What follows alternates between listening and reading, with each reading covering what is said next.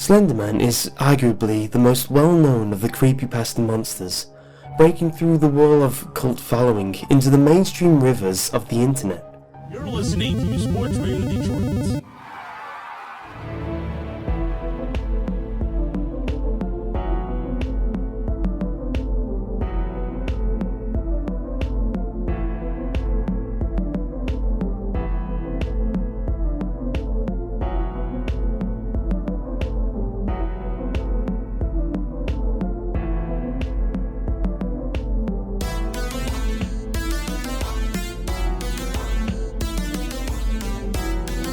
Hello and welcome to Grave Discussions. Ba-da-ba-ba-da-ba.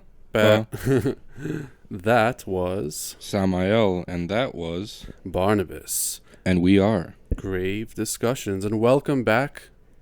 We are here with episode number 24. Yes, it's already... We're in the 20s, bro. Yeah. Almost at a quarter of 100, bro. Like, that's crazy. And for every 10 episode mark, I don't know if you guys noticed, because you only did it twice, but we do something special every 10 episodes. The last time it was Freddy versus Jason. Yeah.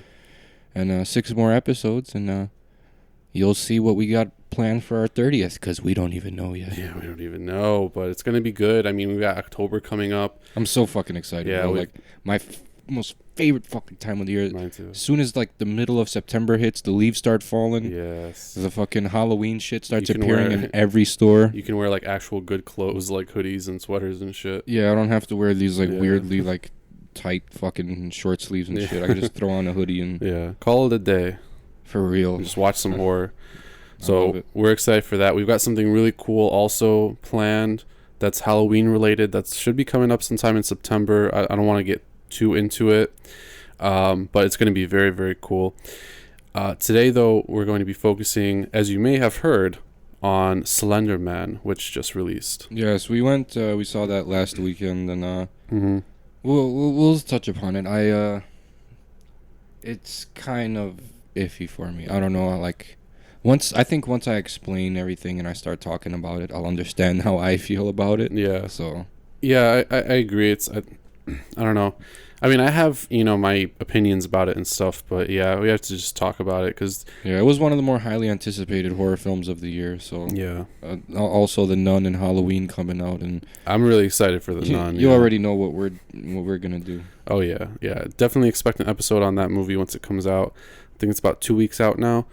So I'm pretty pumped about it. We have, as always, our Cult Corner and Chopping Block segments today, too, with some good movies for you guys. Yes, but of course, we're going to start off with the news right now. And the first one is concerning a childhood favorite, Scary Stories to Tell in the Dark. And this bit of news about Scary Stories to Tell in the Dark is about a new movie coming out based on the book series. And it's going to be produced by none other than Guillermo del Toro. Yeah, we heard about this, like, I think months ago when we first started podcasting, and the time is drawing nigh. Everyone's talking about this on the Facebook groups and stuff, the horror groups, and people keep bringing it up, and we've heard about it for a while. It's nothing new to us, but I've been highly anticipating this because growing up with these series, like Are You Afraid of the Dark, Goosebumps, now we finally have like a more serious tone like series, so hopefully it like lives up to what Del Toro's like previous work. Yeah, I mean, he as a filmmaker I have the utmost respect for, and he's so creative and story driven, and I think that that's what the movie needs. But visually he's incredible as well, and visuals for like this particular series are the most important things because the stories are pretty good, but let's be honest, like as kids when we were reading it, what's like the thing about this series that freaked you out the most? The monster. Yeah, well, the fucking like pictures, right? Yeah, exactly. Like, they were so creepy. I wasn't too into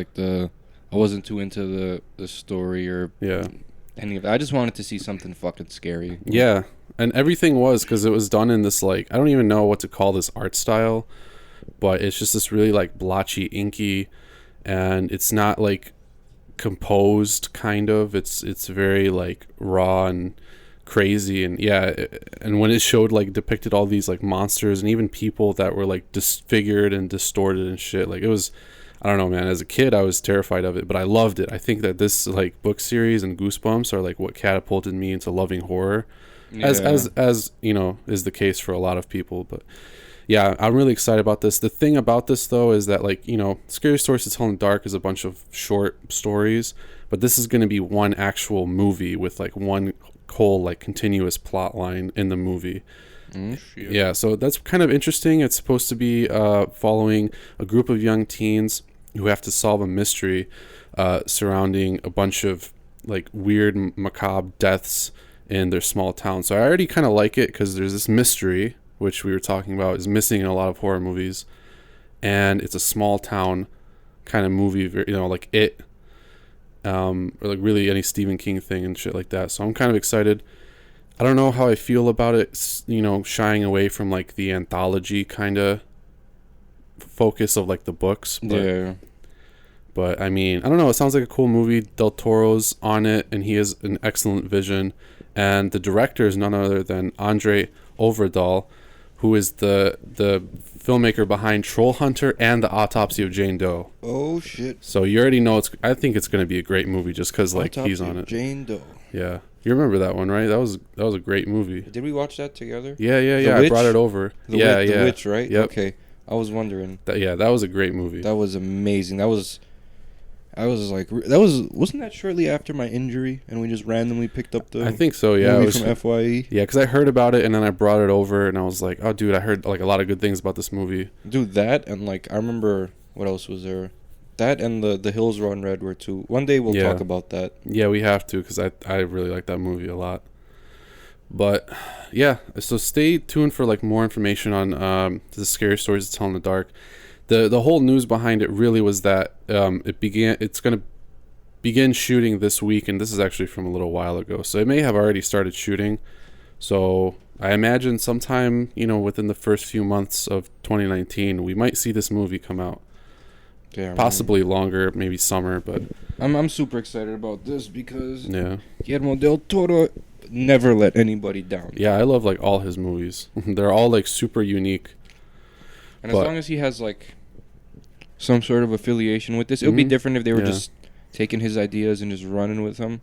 But he's involved, you know, so I think that's what makes it better. I think what made like Rob Zombie's Halloween shitty is Carpenter wasn't involved. You know? At least for Rick Rosenthal's sequel, Halloween 2 and 81, like Carpenter, you know, added the whole Laurie's the sister. So sometimes, man, this shit just it works, and sometimes it doesn't if the creator isn't. It's really hard. It's really hard to like repurpose other people's stories. Yeah. If they're not involved, especially, and just kind of in general too, you know. Yeah, but whoever dealt with Stephen King's, they all did a good job always. So yeah, I think it's just like I don't think you could make anything shitty out of his stories. That's why. So well, there is that, but he's also been pretty much involved on like a lot, if not all of his, you know, adapted projects too. So there is that. But I don't know. I'm excited about it.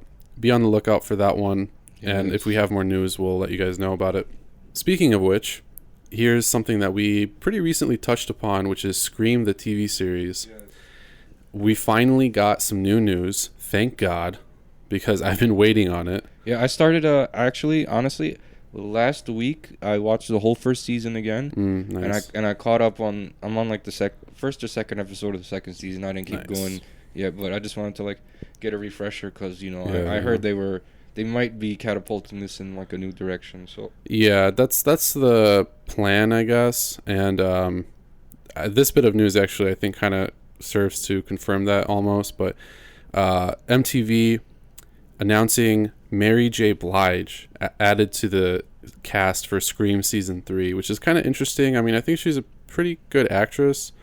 I don't remember all that she's been. I know she's been in some stuff, I think, but I don't know. But she has just been added, so I mean, there's a good chance we might see something soon from this show. Unfortunately, there's not really a ton of other news based on like when it's coming out, if it's coming out. But I mean, this kind of, you know, confirms it almost that it's going to be coming out, but we just don't know like when, you know. But oh wow, Keke Palmer is gonna be on this too. Yeah, Keke Palmer, Tyler Posey from Teen Wolf. Tyga? Yeah, Tyga. I don't know. Yeah, that's what I'm saying. Like some of this cast is kind of weird. I mean, The casting for like seasons 1 and 2 was kind of weird too, but it wasn't like Tyga and Mary J. Blige. Now it's going to be executive produced by Queen Latifah. Yeah, so I mean, it's looks weird. I don't know why all of a sudden changes. I think I'm excited for it just because like Wes Craven, was still on it. And Mary J. Blige is awesome. She's probably going to be like the hero who dies near the end of the season or something. Yeah. Like probably the killer's, like she's probably like the main target or something. Not the main target, or she's like one of the adults that knows what's going on or some shit. Yeah. That's what it seems like to me. I think she's supposed to play like the mom of one of the characters, which is fine. She's gonna have like a super headstrong role because she always does. Yeah. She's always super involved in like every movie and every show. Yeah, it's just kind of like how she is as a person. That's what I like though, because like you shouldn't have like a super fucking talented actress and have her just be like a minor character. Like, definitely not. Like the quiet mother of one of the kids that's getting killed. Yeah. So hopefully she's like super involved. I'd really like that. I think so, because I mean, even like Sissy Spacek on Castle Rock, which we didn't talk like a ton about her on that show, but I was a little concerned that she was gonna have like a sideline role kind of in the show, but she really doesn't. She's like pretty integral to the plot of the show, I guess, and she's a fantastic actress, obviously. So, so I'm pretty excited about this news. Once we know a little bit more about the production and the release of season 3, we'll let you guys know. But this is good news because they're finally acknowledging the show, and it's basically confirming that, it's on, and they're going to release it at some point. So we'll see. But the last bit of news here is about also another horror television show, and ironically also a 3rd season of the show, but this one is slasher. Yeah, we've touched on this. I asked you, have you seen it? No.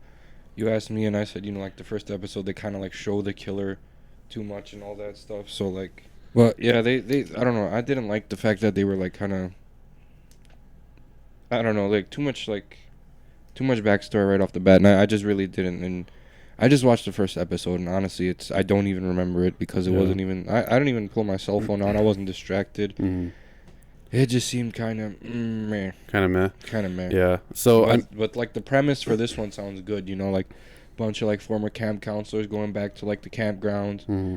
They did some fucked up shit when they were younger, and now they're gonna go like try to get the evidence or whatever. So now there's like hippies or whatever over there, and like they're doing their little spiritual thing, and like someone's like killing them off one by one. So that's like the premise for like the 3rd season. So I don't know. I really wasn't into the 1st or 2nd season. I mean, I could get into it just because it is a slasher, and slasher films have kind of died out, and it's been kind of quiet up until The Strangers, and then now Michael Myers coming out. So I don't know. Hopefully I can get started on this series and actually get through it, even if I can't stand like the first episode. Like I just never really gave it a second chance. Yeah, just of the season 1, right? Because I actually heard a lot of people say that season 2 was a lot better than season 1. So I think I might just skip season 1 entirely and just watch season 2 of the show. I don't know. I'm afraid of doing stuff like that. I don't like it either. But they're completely different stories. Apparently. Oh really? It's like American Horror Story basically. So there's no continuous plot line between seasons, so you can watch whatever you want. I used to be into American Horror Story, and then as soon as after Asylum, and then like Emma Roberts with the witches, and then she gets like raped on the first episode by like some douchebag jocks, and then she kills them because she's a witch. Like I'm not comfortable with that shit, so. After that, I didn't watch any more American Horror Story. Yeah. I just don't like that type of stuff. Yeah, I mean, they definitely take it to the extreme sometimes with some of the content, but so I hear you. I'm just not like a huge fan of the show in general. I kind of liked the Alien season, but that was about it. Everything else seemed too much like style over substance for me, and just like fan service and shit with some of the actors and stuff, and so I wasn't really feeling it that much. Yeah, there were too many like. I didn't like the fanboys and the fangirls of AHS. Like they all like that. I don't know the weirdo kid that's in all the American Horror Stories. Oh my god! People are like such fangirls. Like oh my god, put your babies in me. Like no, is this really why people watch the show? I don't want to. I don't know. See that shit. To me, like he's a good actor and all. Like, and I'm not gonna He's a good Sure, actor, yeah. but like he looks like a serial killer. Let's be real. Like that's if you ever picture Like he and Bill Skarsgård. Yeah, him. Yeah, Bill's a fucking freak. I love that guy. Like they could just be like a serial killer duo in real life. They probably are. At the end, they just fucking kill each other. Yeah, right. Some kind of weird suicide pact or something. Right? They just have like a two like a double-edged spear, and they both just run into it. This way we both win. Yeah. Oh my god. I don't know, but the show as like a concept overall seems cool, so I'm willing to give it a shot. Yeah, I think I'm gonna give it a shot tonight. Yeah. But season 3 is coming out, and it's supposed to be set in a remote Canadian wilderness. So already I kind of like the setting. So I might have to wait and see, like, when there's a trailer or something, if I'm really interested. But I know a lot of people like the show. So, season 3 coming out hopefully pretty soon. They just began production on it. So be on the lookout for that one. We're going to go through real quick a few new trailers, and then we're going to get into our next segment. The first trailer is about Goosebumps 2 Haunted Halloween. So I love the first one. I saw the first like one it, in yeah. theaters with Jack Black. He's R.L. Stein, and his daughter's not real or whatever the fuck. Yeah. That was just fucking weird. I liked it, honestly. Like, I didn't mind Jack Black as R.L. Stein. It was a fun movie, and that's like obviously what it was intended to be. And it was for the kids. I mean, the show was also for kids. It was a little more fucked up, but I think that's just because the 90s were like more fucked up, in like the early 2000s, like in general, content wise. That's when shit, it was like the norm for horrible shit to happen. And people were just like, it's a fucked up world. Yeah, but I mean, this one with all the CGI and stuff, it's obviously meant to just be entertaining. And the part, Goosebumps 2 is the same way, so I'm pretty pumped for it. And I love the books and everything, obviously. So. Yeah, man. My favorite one was it was a Goosebumps one, and on the front there was like this orange monster, and it was a choose your own adventure book. Oh, I love those. So the Goosebumps choose your own adventures were the best. So like you're going trick or treating, and then all of a sudden you go through this door and this monster kills your friend, and it's the end. So you got to start at the beginning. Oh, dude, those were the best. Man, I don't know. Like R.L. Stein is like one of my like you said, one of the main reasons I got into horror, other than just catching glimpses of horror on TV. Sometimes I'm like, fuck, turn the channel. Yeah. But I think R.L. Stein's what really expanded my imagination for the really fucked up shit. Like the first R.L. Stein thing I ever read was The Babysitter. Oh, yeah. Where her boyfriend was the killer.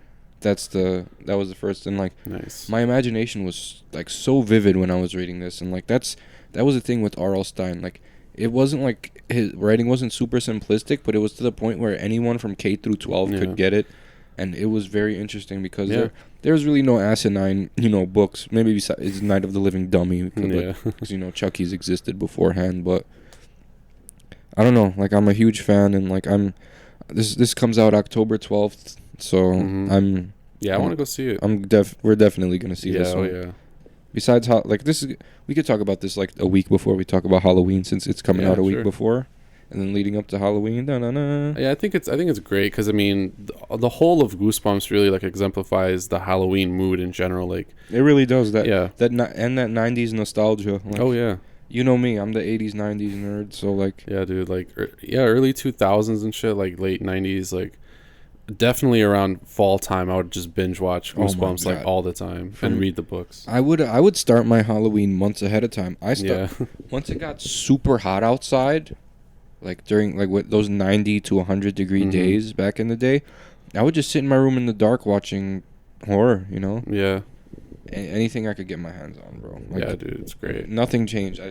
You could reel me in, give me anything 90s, put it up in the theater, be like, yo, Goosebumps, and I'm like, yes, I'm going. I don't care if I'm in my mid-20s. No, I don't give a shit. I mean, I just love the series in general, and I don't mind the direction they're taking it in. Like they want to appeal to an audience, obviously, a younger audience, and that's cool because like they're still releasing the books and stuff, and I think they're targeted more toward like young children too, but in a more like fun way, not like people are actually gonna have nightmares or anything like that. But because like honestly, dude, like when I was reading the book, some of them probably did give me nightmares, like the Haunted Mask. Yeah, that one was. Yeah, like that one was crazy. I remember watching they had a fucking the TV show with the Haunted Mask. I really liked those episodes. Yeah, remember that episode where the dad got like he turned himself into a plant monster or whatever. Yes, that one was great. The one don't look in the basement, I think it Yeah. was.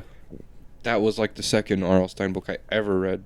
I remember I got it from the library right around the corner. That may have been my first one there. I'm not sure what my first one was, but that one was great. I love that one. Because I know R.L. Stine made just regular, but like it'll be R.L. Stine, the babysitter. So I read those before I read Goosebumps. You know, I found out about those, and then I saw Goosebumps, and then like my teachers were telling me, "Oh, why are you getting Goosebumps? Those are for like younger kids. Get the regular R.L. Stine novels," and those gave me fucking nightmares. Yeah, dude. He was a good writer, but I might just download like a whole bunch of R.L. Stine audiobooks. that'd be cool. Yeah, I definitely miss it. But we got to move on now to our next trailer, and this one is it's not quite Halloween related. It's more Christmas related, but it's cool. Before we even start, I saw something on Hulu that I did not like. And it was Mrs. Krampus or Grandma Krampus or Mama Krampus. They had like something. That's what the first thing I thought when I saw this. Mrs. Claus is our second trailer. Yeah.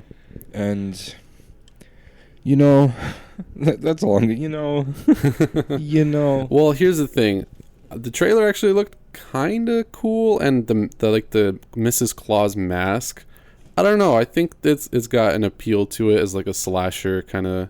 It seems super. Seems super like 80s ish, like some Silent Night, Deadly Night shit. You know. Yeah, I don't know. I think it looks kind of cool. Basically, the movie is about a group of college kids, of course, attending a Christmas party at a sorority house with like a weird past, and they're stalked by a bloodthirsty killer disguised as Mrs. Claus.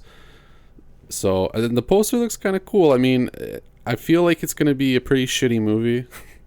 But I just kind of like the look of the killer, and I mean it's a slasher movie, you know, it's a new slasher movie. So these college slashers, these high school slashers, teen slashers, I think they're all good. I think people are like way too fucking jaded because like this shit is possible. Okay, none of this shit's like impossible. So what? Like no character development. Why develop these minor characters if they're just gonna be fucking swatted to the side and get their throat cut in anyways, you know? So I don't know. Like I think nowadays there's too much character development, too much backstory. We just need we're at this college, there's some crazy motherfucker around the corner and shit's about to go down because anything can happen and anything will happen. I like them a lot. I mean, they exist for a reason, and people seem to forget that sometimes. But Mrs. Claus is coming out November 13th. Go check out the trailer, see if it interests you. I know it's been going through a lot of the horror like Facebook pages and stuff like that, so that's kind of why I wanted to bring it up. The next trailer is about a movie called Hold the Dark, and this one's getting a little bit of buzz. It's a Netflix original from the director of Green Room. And it looks, I don't know, I think it looks kind of cool. Jeffrey Wright, Alexander Skarsgård are in it. And it's concerning a wolf expert hired to investigate a child's disappearance. You know, if there's a Skarsgård, it's going to be some creepy fucking shit. This is the Skarsgård from True Blood that played Eric Northman, I think his name was, the vampire. People like him. I think he's a good actor. So I'm pretty excited about it, honestly. It's probably going to be more of like a thriller, sort of.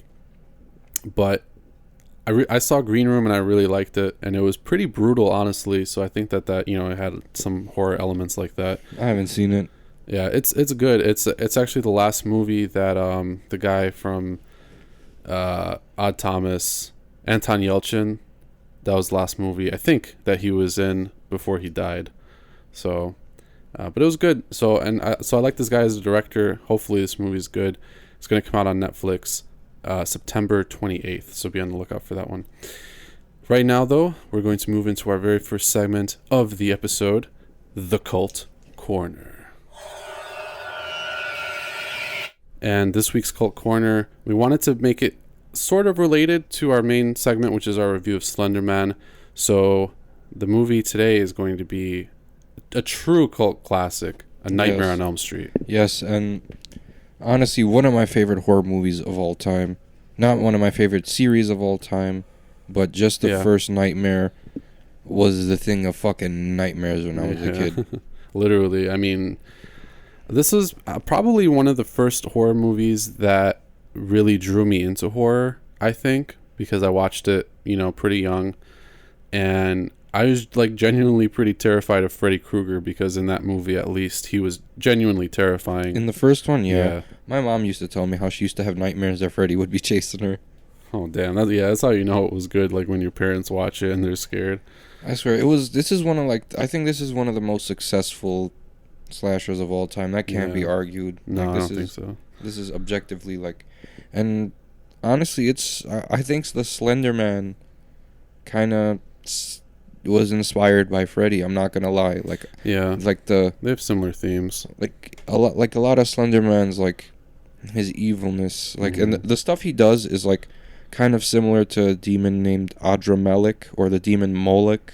Oh yeah, it's kind of similar to him, but the whole child abduction thing, Hollywood wise, I think Freddy was the first. Yeah. To go after kids, usually it was very taboo to have a child die. Yeah, for sure. Up until obviously Halloween 3, Season of the Witch. Yeah, the 80s didn't really give a shit. Yeah, we talked about this today, and Nightmares was one of these first movies where they're just yo, these teens are gonna get it, but it's gonna be from an entity that only wants these kids. Yeah, and he had I liked Freddy because he was shrouded in mystery. The first half of the film, they start to slowly unravel who he is. Nancy's mom starts telling her, "Oh, Fred was yeah."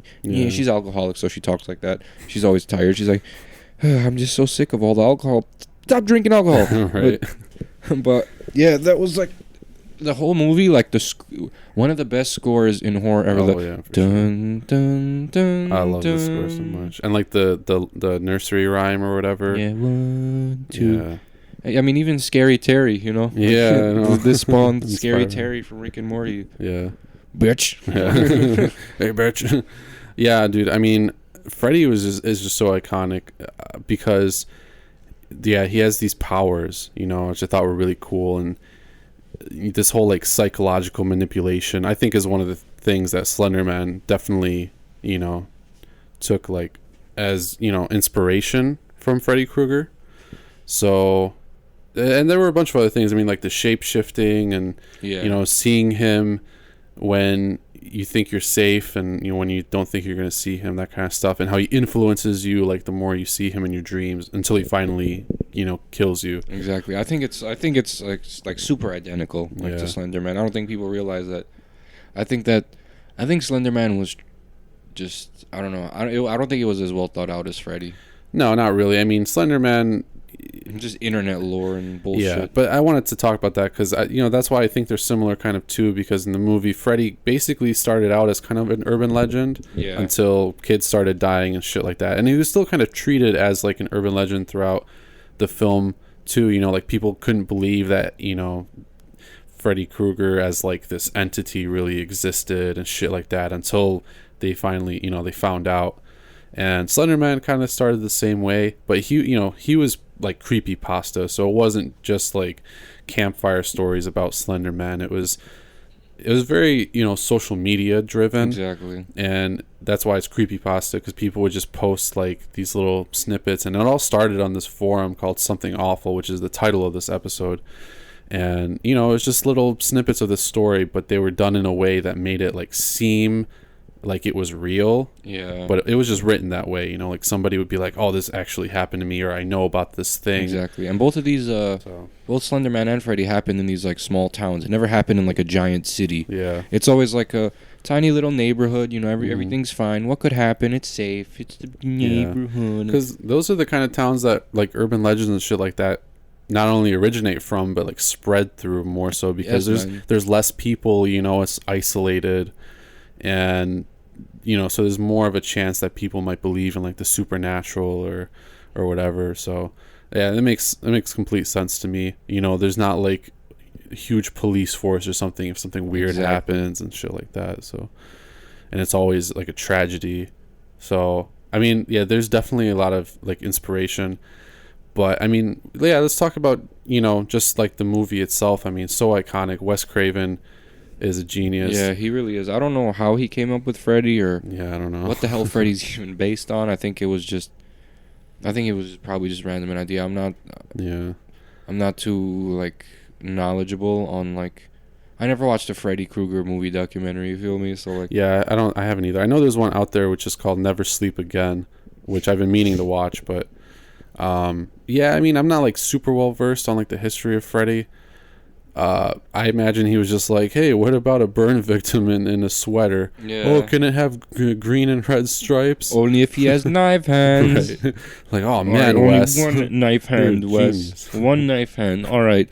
He has one hand, 4 knives. Why not 5? Why would his thumb need a knife? To jam it into people? No. Yeah, what if he's trying to close his hand Right. and he just stabs himself? Right? What if he wants to open a door? What's he going to do? Right, he's gonna fuck up. Yeah, man. I think Heather Langenkamp, like, this was like the first ever, like, you know, movie I've ever seen her in. And, Yeah. you know, John Saxon did really good. Johnny Depp was in here, the infamous pulled into the bed. And then Dude. See, that's what I hated about the remake, is that they did not include that part. Yeah. I mean, and you know, let's be honest. Like, the original part of that, like that scene in the original 1984 film, is probably like the greatest practical effects display in horror. And I like, just think it's so effective. And the fact, like, I like the score while Johnny Depp was getting sucked into like the. It was the whole scene was just done so well. But when Nancy said all those like Home Alone style traps for Freddy, that was great too. Yeah, I agree. It was super cheesy, super 80s. When he walked through the door and that sledgehammer came down on his stomach, he was like, "Roar." That was great. That was great. How else are you supposed to fight this fucking thing? You know, like, it's not like you have a rocket launcher just laying around in the house or something. He was super like serious in this film. Like, he would joke around. Yeah, that's what I liked. He'd be like, "This is God," you know. But like, yeah, but it was creepy still. You know, like it wasn't intentionally like just funny. Yeah, like the other movies, like 3 and 4 and shit. Yeah, 2 he was still creepy. Yeah.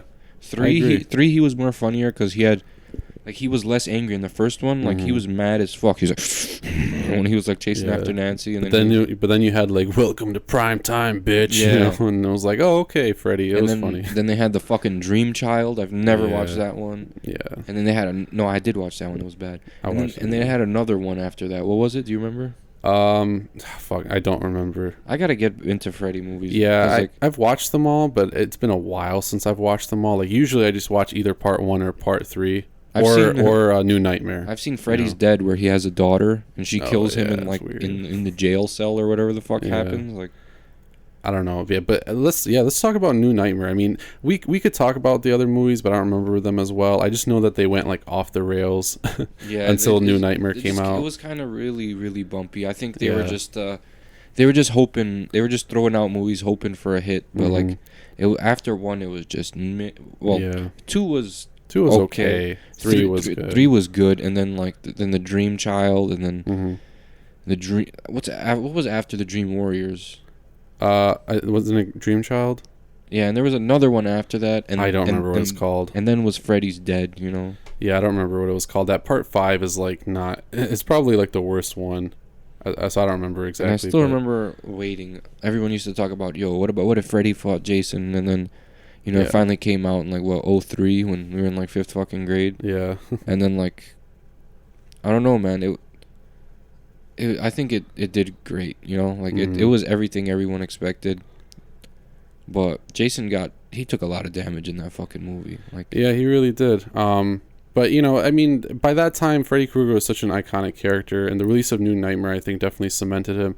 I thought it was a great movie, you know? It really brought Freddy back to, like, that creepy killer, you know, factor. Yeah, really because it kind of moved away from the whole like comedy aspect, and he was still kind of funny, like he had some puns or whatever. But dude, when he fucking turned into that giant fucking worm thing, and like when he was on the ceiling in the hospital after just killing that one chick or at whatever, the end, like, when he was on the fishing pier, when she pulled Freddy, like, I don't know what happened, but Freddy got mad at that blonde chick from Freddy vs. Jason. He was like, "You," and he was like all red and shit, and he looked scary. Oh, as yeah, fuck. yeah, like, yeah. That was cool. dope. It was like more demonic. Yeah, I think if they made Freddy more demonic, it would be cool rather than just some fucking crazy fucking burn guy. Yeah. And I'm actually looking at it. Part 4 was the Dream Master, and then it was the Dream Child, and then Freddy's Dead. Yeah, I watched the Dream Master a little bit. I think what's his name? Kincaid, the buff black dude. Yeah, he was in it. Yeah, he was in 3 and 4. I think he died in 4 though. Yeah, I think you're right. I'm not 100%. Yeah, I believe so. Because I don't really remember that much what happened in part 5. Yeah, that's the one. I never watched The Dream Child, but then I guess The Dream Child was the one that kills him and Freddy's dead, so... Yeah. I'm not too sure. It got really weird. Like, not only were the comedic parts just, like... Just very cheesy. Yeah. But, you know, even, like, the more serious parts were kind of weird, like, writing-wise, but... Anyway, I mean, we don't have to talk about the entire series. That could be for like another day. But I mean, part 1 is super iconic. But I just wanted to relate like the differences. How like so it went from being super super scary to just this comedy fest. You know, like yeah. And as we all know, like no Nightmare on Elm Street, not even Freddy versus Jason, will outdo the original Nightmare. It just had that atmosphere. Like everything always felt surreal. You're like, yo, is she dreaming now? Is she not? Like, why is the street so empty? Why is the school empty? Yeah. And the visions of her dead friends and stuff. You remember that like I don't know. I think it was an alley. That scene where he comes down the alley, he's just like a silhouette, and his arms are like, disproportionate, like before he stretched out and shit. Before he kills Tina, yeah. And she's like, "Oh my god!" He's like, "This is God." That was a fucking great scene. Because that really was. Him just walking down, scraping the walls with his elongated arms, like weird disturbing. arms. Yeah, it was. That's very some Slender disturbing. Man shit. See, that kind of was. Yeah, instead of tentacles, like the long. I'm telling you, man. Like, yeah. There's definitely like some relation. So actually, I think that's a pretty good segue into our main review of the Slender Man movie. But I just want to leave off with Nightmare on Elm Street, the original, I think is still definitely one of my favorite horror movies of all time. Same.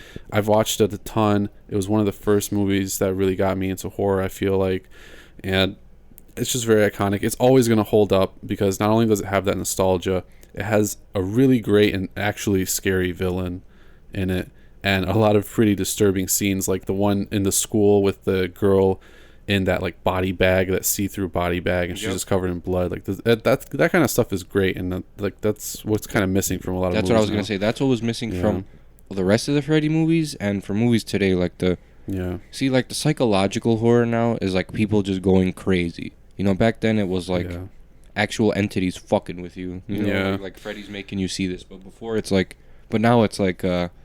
Oh, you know, he's going crazy, or is he? Like, you know, but before, back then you knew, like, Freddy's just... I think movies try too hard now. Yeah, I mean, so, let's talk about Slender Man, because, you know, this is a movie that's supposed to be about this entity that has a psychological effect on the people that it's trying to, like, entice or capture, or whatever the fuck it does with them, right? Mostly kids, because they're a little more vulnerable, I assume. But I mean, it tried to do a lot of these psychological things, and honestly, to me, it just fell like way short of it. The only scene really that I even kind of liked was the scene in the hospital when she was like seeing all this crazy shit. That was kind of okay. It wasn't like disturbing or anything. It was mildly creepy. But you know, that was really it. I could kind of get and understand like the slowly creeping like insanity of the characters, because if that was happening to me, I'd probably be freaking out too, you know. But just the way, honestly, I wouldn't be freaking out because of the movie's like delivery with all the things like. Well, I thought. Don't get me. The atmosphere was good. I like that. That's what the atmosphere and the score was pretty good. It was okay. Those are pretty good, but.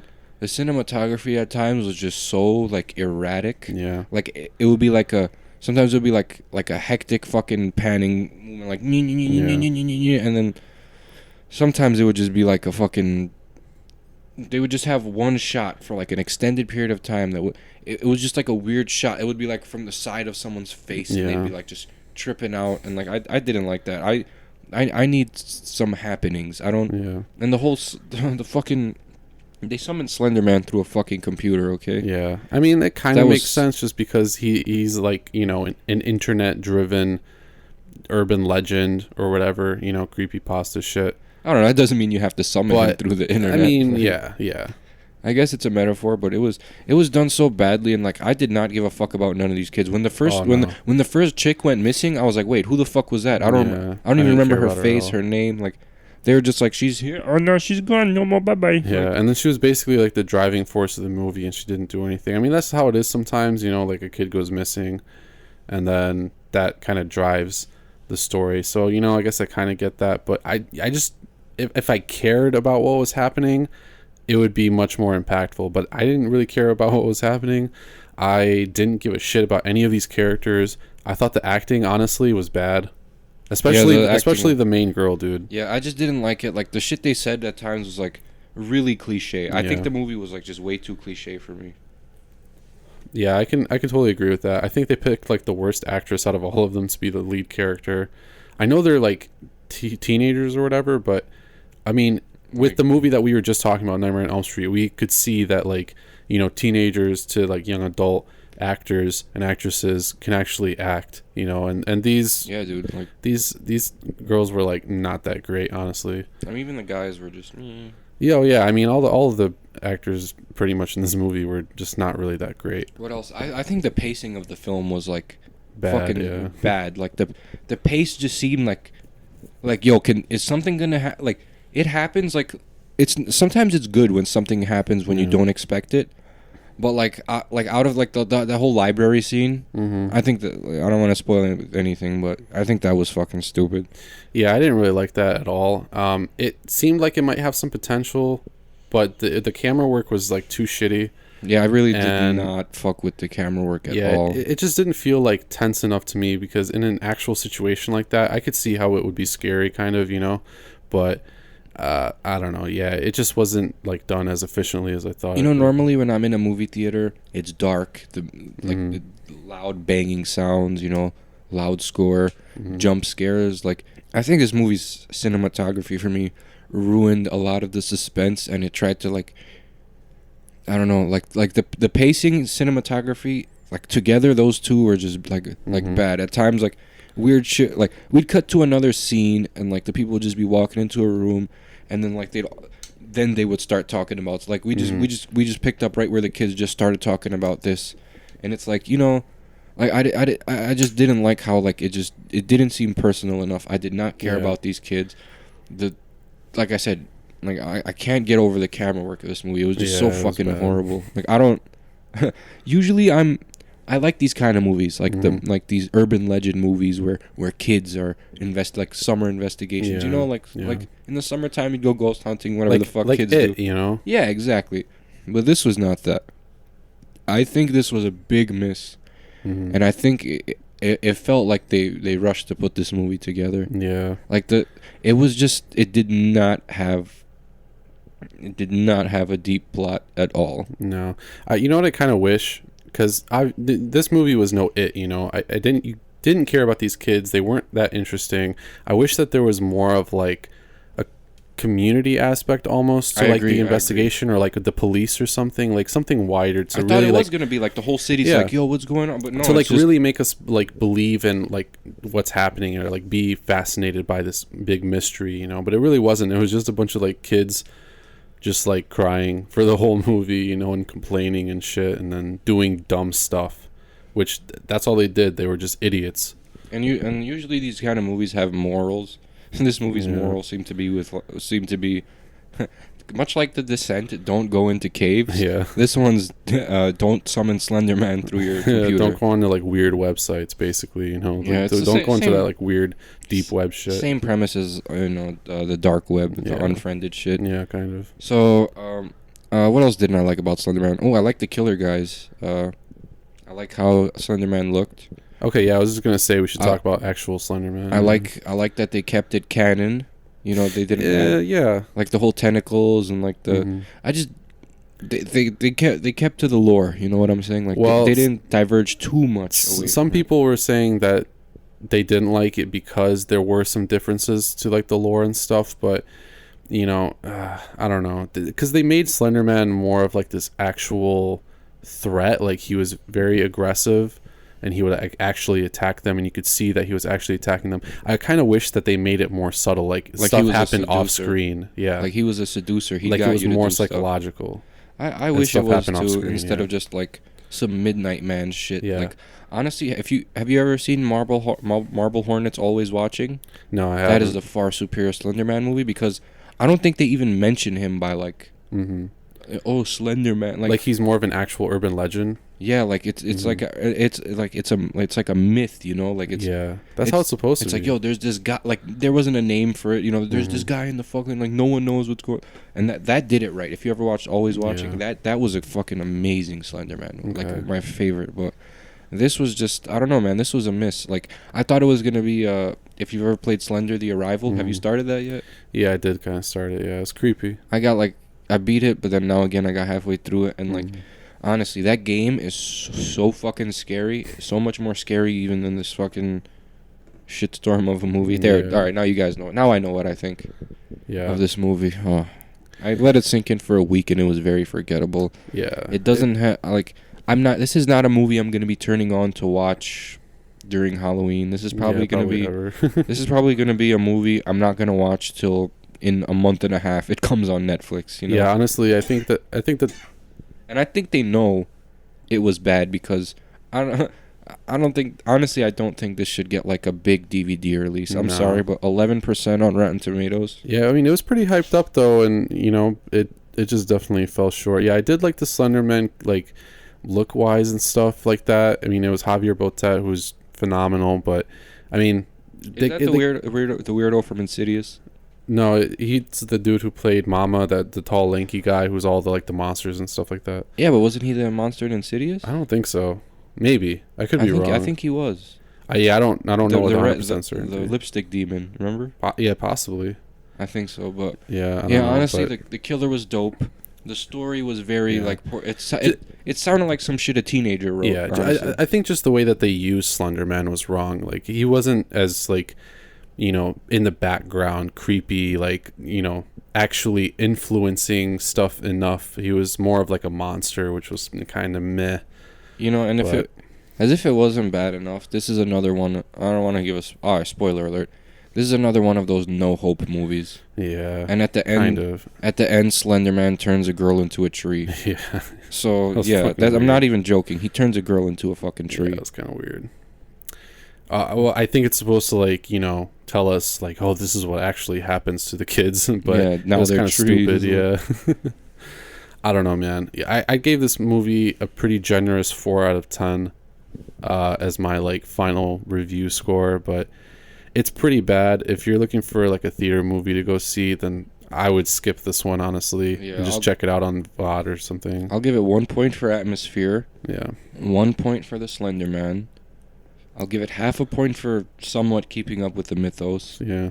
And I'll give it another half point just because of the score. So it'll be like a 3 out of 10 for me, man. That's probably pretty fair. Yeah, it was kind of generous. I don't know. We talk to people on these Facebook groups, like these horror fans, and like, no offense, but a lot of them are fucking stupid. Like, yeah, they are. This movie was good. Like, it really, no, it wasn't. A lot of them were saying it was a shitstorm, but then you got like the 5 or 6 people. And trust me, I always give movies the benefit of the doubt. You guys heard I said Final Exam was, I liked it. And I don't like Slender Man. So what the fuck does that say about Slender Man? Yeah. I think that's pretty much all we have to say about Slender Man. Go check it out if you really want to see something, if you've seen like every horror movie that's out right now, but I wasn't scared. I don't really recommend it. I wasn't scared at all. Not. And I was I'm always scared when I'm in like a situation. I'm like always suspended. Like when I watched Insidious, I was fucking terrified. When I watched The Conjuring, I was scared. I was watching It. It was funny for the most part. I really enjoyed like the neighborhood kids. But when Pennywise actually got like scary, it was pretty scary. Yeah, but this did not. No. Even the jump scares weren't good. I don't think it should have had jump scares at all. It was stupid. It should have been more atmospheric, but you'd see them coming a mile away. There was nothing there's nothing mysterious about this. It was very predictable. There was no suspense. Everything that this movie was gonna do, you already knew like 5 minutes beforehand. Yeah. They're like, if we we gotta offer a sacrifice to the Slender Man. Where the fuck does it say that? Yeah, dude. I don't know, man. I was pretty disappointed in it, but I was, because we were talking about this for months now. Yeah, I'm pretty sure in one of our first few episodes, we saw the trailer. Yeah, this was one of our terrifying trailers. Yeah, well, let's leave it at that. If you're like a huge Slender Man fan, maybe go see it. But we're gonna move on. Miss this movie? Do not watch it. Yeah, do not watch it till you get it on Hulu or fucking Netflix. I agree. We're gonna move on now to our last segment of the day. We're gonna be talking about another possibly controversial film in this week's installment of The Chopping Block. and this week's chopping block is featuring a new movie released on Netflix called Emelie. I saw it as soon as it came out and on Netflix, and as soon as I saw it pop up, I was like, a babysitter movie. Yeah. I wonder if the babysitter is the bad person. Like honestly, the past 3 babysitter movies I've seen on Netflix, the babysitter was the evil one. Yeah. No, actually, The Babysitter, the movie. the babysitter, Emelie, spoiler alert, she's evil. And but then there was that other movie where the babysitter was babysitting these kids, and the kids turned on her. So Oh, yeah, I think you might have told me about that one.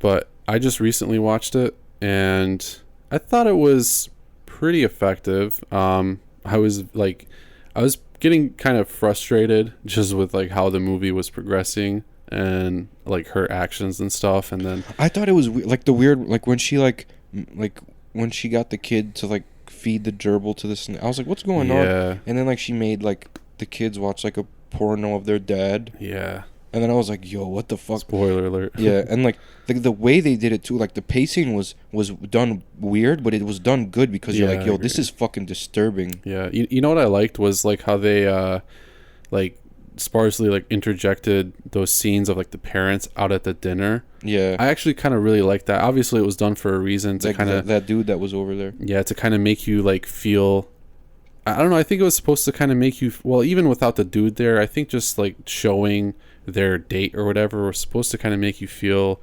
anxious, like it's anxiety actually, because you know it's one of those scenarios where like if you're a kid and something crazy is happening, You're pretty much you powerless. want your parents, right? Like Yeah, that's 'cause who you're you go to. because you're pretty much powerless. Yeah. And you see this weirdo dude watching his parents, Mhm. so you're like, yo, what the fuck's going on at the house? Yeah. And then like I don't know, Emelie seemed weird. She seemed kind of like pedophile-ish too. Like Yeah, she was an oddball for sure, you know, a psychopathic oddball. I thought her character was kind of interesting. I mean, the like motive behind her character was not anything particularly new. Actually, spoiler alert, it kind of reminded me of that movie Inside that I Yeah. may have mentioned a few times, just in like her motive and stuff, which I thought was interesting. It's not like something that's been done extensively, so I think that kind of added a cool element, but I kind of figured it was something like that. I was actually kind of hoping that it was going to be something more like supernatural, I guess, but it was kind of rooted more like in reality. that's why I liked it. She was just fucked up. I thought it was gonna be some cultish shit like the babysitter, Yeah, it wasn't. but spoiler alert: Emelie had a child that she killed because she slept on him, and then now she's trying to kidnap a little boy and make it her child. Yeah. She took a lot of damage in this fucking. movie. She really did. She got though. fucked up. Up at the end, yeah. Like the kid, I actually liked the kid, like the main kid. I like him a lot. He was cool. Yeah. I just kind of didn't like it that he let the gerbil get fed to the snake. Yeah, because you know he kind of came off at the beginning as like this snotty kid, and then once he realized that something weird was happening and it might put his siblings in danger, he actually manned up and was like, "All right, no, fuck this. I'm defending like my family and stuff." So I actually thought he had good character development, and I thought that the Emelie character was written, you know, pretty well. So there was some decent writing in this movie, which I appreciated. For like a Netflix, well, it wasn't a Netflix movie, I don't think, but you know, I thought it had good writing. The camera work was like average. I wasn't like like thrilled by it, but I also like didn't hate it. Yeah, it was just normal. Yeah, it wasn't like it didn't really build suspense. Maybe the closer shots with when the score would kind of get erratic, but I mean, other than that, the main focus isn't even like you don't even notice the cinematography. Yeah. You're just so like into it. You're like, what the fuck is going on? yeah, it's completely about just the Mommy's story. looking for her cubby. Yeah, right. It's completely about the story. It's, you know, mainly revolving around these fucking weird things that she's making these kids do. And yeah, overall, I mean, I thought it was like paced well. I thought it was suspenseful. It was pretty atmospheric. I don't remember that much about the score. Was the score anything like really special? No, nothing Yeah. special at all. Like only when like the only time like I noticed like the score was like when they're feeding the gerbil to the Yeah. snake, or like the ending. Mm-hmm. Yeah, this. Where Emily's just running away like Yeah. like before that, like that was the only time I really noticed any sort of Mhm. music. So Yeah, this movie was definitely like mainly driven by like the narrative and the suspense built by it, because I mean, exactly. like putting those, scenes of the parents, throughout the movie was good, because then like, finally when shit starts hitting the fan, they leave, and then they're trying to like they figure out that their kids might be in danger, so they like rush back to the house. So I mean, I thought that was done well. I think it was structured well, like writing wise. And I think that's definitely like the high point of this movie. And there was like some shock value and stuff like that. But I thought it was interesting. I think if you're looking for like a pretty disturbing kind of movie, then this might be a decent one. I actually don't think it was as disturbing as some people are making it out to be. But it was definitely kind of fucked up, Yeah, it was fucked up. It wasn't that bad because like she didn't really, like nothing really happened. Besides like the terrifying part is what she was trying to do, Right, like, right. But honestly, it's not a no hope movie. Karma hits Emelie and her, accomplice very quickly near the end, out of nowhere. Yeah. That fucking car accident. Yeah. That's cool. Well, that was intentional, I think. Yeah, but he, But yeah. I don't think he tried to kill himself intentionally. No, definitely not. So yeah, I mean, I think I know we spoiled some parts, but I think it's a movie worth checking out. So for me, it's safe from the chopping block. I think you should go check it out. I mean, it's one of the newer horror movies out that's actually pretty decent watch. So, yeah, I agree. Go check it out. It's right on Netflix. If you don't have Netflix, it's 2018, bro. Yeah, I don't know what you're doing if you don't have Netflix. Open it on fucking Comcast or something. Pay $8 a month. Don't. Yeah. $7.95. It's not even $8 whole. I mean, if you're listening to this podcast, you're probably a movie nerd, so I'm sure you have it. Oh yeah. So go check out Emelie. It's not chopped this week, and I think that's mostly gonna wrap it up. As always, we have to give shout out to our network, Sports Radio Detroit, for hosting us. Thank you guys. You can go check them out at social media, at Facebook, Instagram, and Twitter. Just look up Sports Radio Detroit.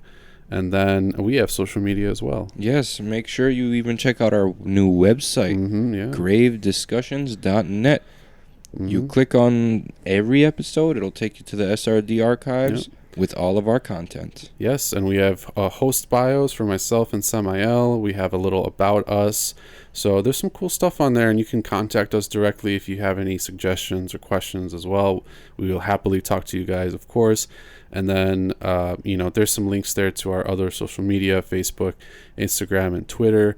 And you can just search Grave Discussions for that. But with that, I think it's time to say goodbye until next week. I am Samael, and we will see you next week on Grave Discussions. Bye, guys. Bye.